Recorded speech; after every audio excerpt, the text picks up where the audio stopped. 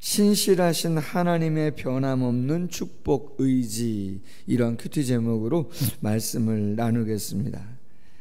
오늘 말씀 너무나 귀한 말씀이고 설교할 때 많이 인용하는 성경 구절도 포함되어 있는 그러한 말씀인데요. 발락이 점술가인, 당대의 유명한 점술가인 발람을 불러서 이스라엘 백성들을 저주하기를 원했습니다. 그래서 첫 번째로 데리고 간 곳이 어디냐면 가나안의 주신인 바알의 산당으로 데리고 갔습니다.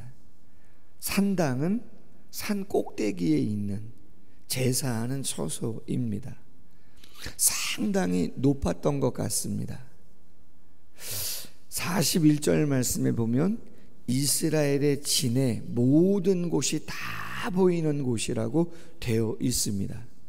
200만 명 정도 되어졌잖아요. 출애굽 당시의 인원이. 얼마나 많은 인원입니까? 그래서 그랬는지 발락의 생각에는 발람이 이스라엘을 저주하라고 했음에도 불구하고 축복하지 않았습니까?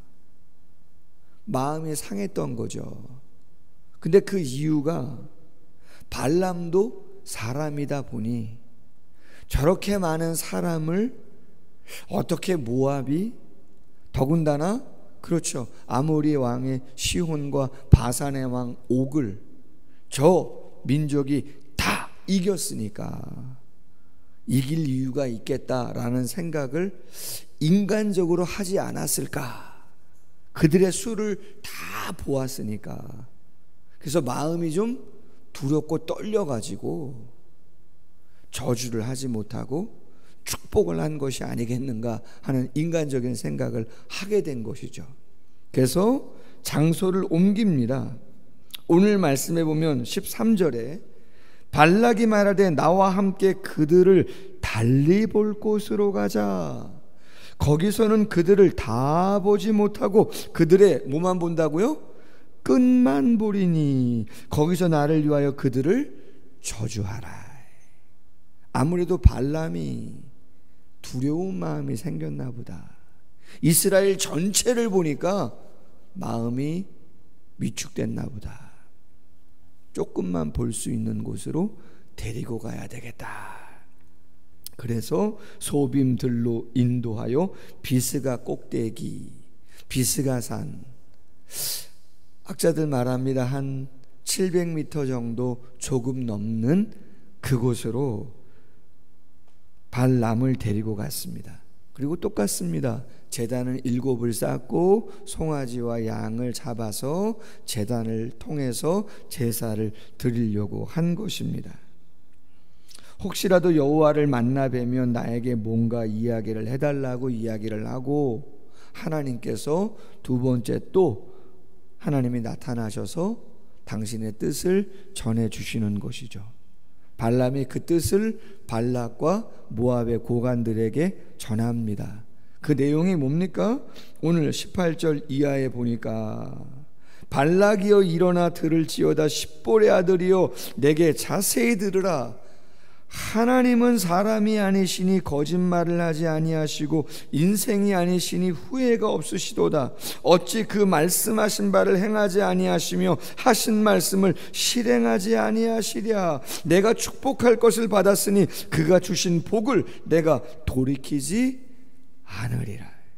하나님 어떤 분이요? 하나님은 거짓말하지 않고 후회하지 않는 분이시다. 말씀한 것은 반드시 실행하는 분이시고 이스라엘 백성들을 축복하기를 원하시는 분이시다.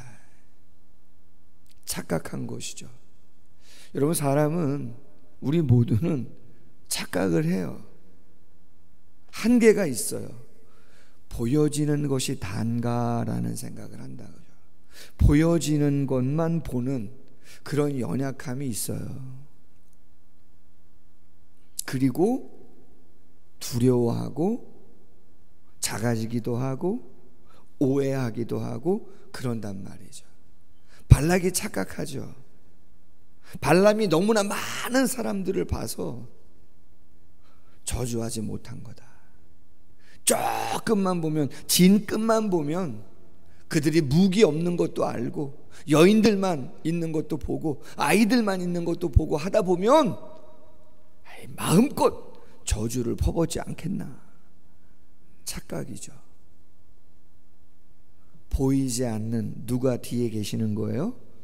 하나님이 계시는 거죠. 보이는 게 다가 아닌 것이고, 이스라엘과 함께하는 보이지 않는 하나님은 거짓말도 안 하고 후회도 안 하시고 하신 말씀을 실행하시고 축복하시겠다 하면 끝까지 축복하신단 말이에요. 더 귀한 말씀이 뭡니까? 21절 말씀 이하에 보면 이렇게 말합니다. 야곱의 허물을 보지 아니하시며 이스라엘의 반역을 보지 아니하시는도다. 여러분 놀랍지 않습니까? 그렇게 원망하고 불평했던 이스라엘 민족, 40년 동안 뭐 그렇게 순종하고 기뻐하고 감사했던 적 손으로 꼽습니다. 솔직히 민수기에 나오는 대다수의 많은 본문은 다 물이 없습니다. 먹을 것이 없습니다. 길이 좋지 않습니다. 왜 이렇게 합니까? 저렇게 합니까? 토를 달면서 지도자뿐만 아니라 하나님에게 원망과 불평을 쏟아부었던 그들인데, 오죽하면 지상에서 가장 온유하다고 하던 그 모세도, 하나님이 벗으로 여겼던 그 모세도 반석을 2번 세게 치면서 화를 낼 정도로 그렇게 부족했던 사람들인데, 오늘 보면 정확하잖아요. 하나님은 야곱의 허물을 보지 않고 이스라엘의 반역조차 보지 아니하신다. 이사야서 1장 18절 말씀, 여호와께서 말씀하시되 오라 우리가 서로 변론하자. 너희 죄가 주홍 같을지라도 눈과 같이 희어질 것이요 진홍같이 붉을지라도 양털같이 되리라. 할렐루야. 여러분, 우리가 이곳에 있을 수 있는 이유, 우리가 다시 한번 절망과 좌절 속에서도 일어날 수 있는 이유가 이 하나님의 놀라운 사랑과 은혜와 긍휼 때문인 줄로 믿습니다. 구원의 확신이라는 것은 우리의 감정과 의지는 아니에요. 충만할 수도 있죠. 그러나 그 충만이 늘 100을 유지하느냐? 그렇지는 않잖아요. 새벽 예배 저희가 뭐 매일 나옵니까? 그거는 아닐 수도 있잖아요. 실수도 하고 부족도 있죠. 근데 하나님은 그 모든 것을 긍휼히 여기신다는 것이죠. 그리고 여호와 그들의 하나님이 그들과 함께 계시니 왕을 부르는 소리. 이 왕이 누구예요? 만군의 여호와 하나님이신 것이죠. 그들 중에 있도다. 하나님이 그들을 애굽에서 인도하여 내셨으니 그 힘이 들소와 같도다. 야곱을 해할 점술도 없고 이스라엘을 해할 복술도 없도다. 당신이 나에게 저주를 퍼부라고 점술과 복술을 이야기하지만, 점술은 뭔가 나하시라고 하는 단어인데 자연 현상과 동물과 인간에게 나타나는 현상을 가지고 미래를 예언하는 거랍니다. 복술은 뭔가 캐셈이라고 하는 건데 사람의 마음속에 나타나는 환상을 통해서 미래를 예언하는 거라는 거죠. 보이는 현상이나 보이지 않는 것이나 그걸 다 초월해서 하나님은 역사하신다는 거예요. 인간의 그 무엇, 그것 갖고는 게임이 안 된다 이 말이에요. 이 백성이 암사자같이 일어나고 수사자같이 일어난다. 죽인 피를 마시기 전에는 눕지 아니한다. 여러분 두렵겠어요? 안 두렵겠어요? 이 예언을 들은 발락이 얼마나 두렵겠어요? 두렵겠죠. 그러니까 발락이 뭐라 그럽니까? 발람한테 야, 저주하지도 말고 축복하지도 마라. 아무것도 하지 마라. 괜히 이제 두렵죠. 두렵죠. 여러분, 오늘 큐티에 묵상 에세이가 있는데 너무 좋은 글입니다.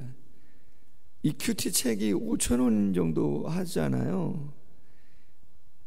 오늘 이 박영선 목사님, 남포교회 원로 목사님이신데, 제가 신학을 공부할 때 30년 전이거든요. 신대원 다니고 그럴 때 아주 많은 저술활동을 하신 분입니다. 유명한 책을 많이 쓰셨는데, 오늘 이 본문만, 요 한 면의 글만을 읽으시고 마음에 담으셔도 아주 너무 좋지 않겠나.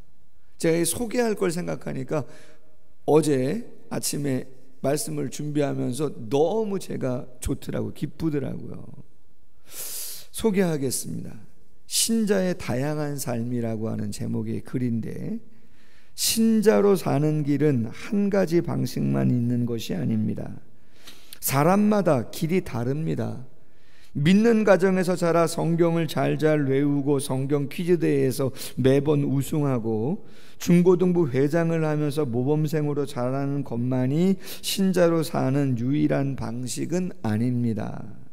사춘기 때 교회를 떠나 담배 피우고 술 먹고 나가 놀았다고 해서 신자로 살 기회가 박탈되지도 않습니다. 하나님은 그 헛되고 잘못 살아온 삶 속에서도 우리가 바르게만 자랐다면 결코 만들어질 수 없었을 무엇을 만들어내십니다. 나이테에 무성한 여름뿐 아니라 혹독한 겨울도 들어있듯이 말입니다. 물론 이 말은 아무렇게나 살아도 된다는 이야기가 아닙니다. 잘못한 것으로 끝나지 않게 하시는 하나님의 넉넉하심을 믿고 담대히 살아가라고 성경은 증언합니다. 그러니 자책이나 연민이나 변명에 붙잡혀 실제 삶을 살아내는 일에 실패를 하지 마십시오.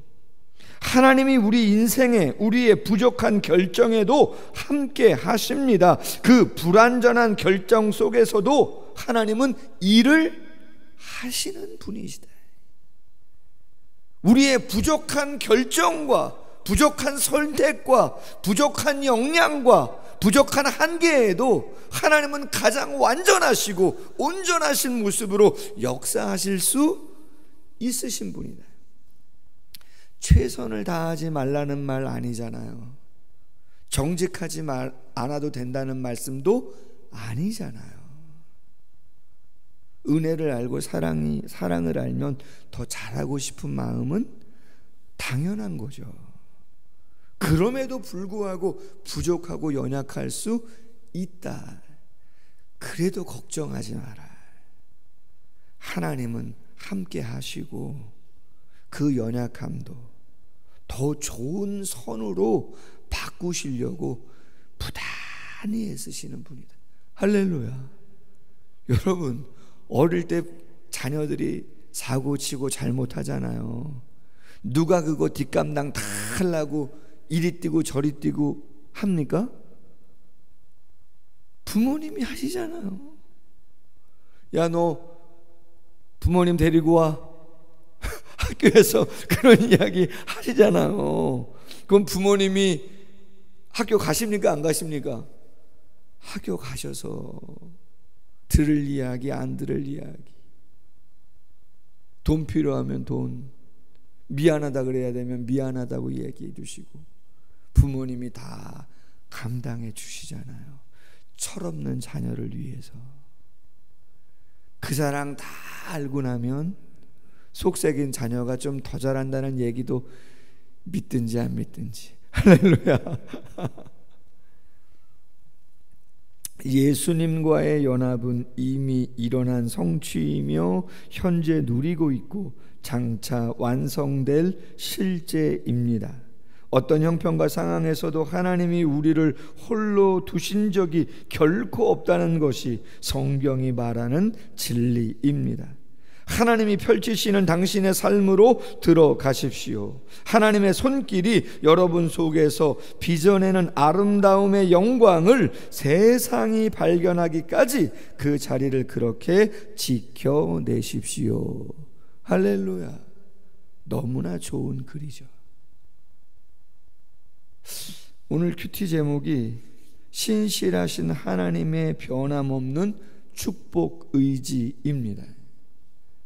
혹시 우리 스스로가 아니면 사랑하는 그 누군가를 보면서, 성도님을 보면서, 내가 몸담고 있는 공동체를 보면서 연약하고 부족할 수 있어요. 근데 눈에 보이는 것만 보지 마시고, 그건 발락의 모습이잖아요.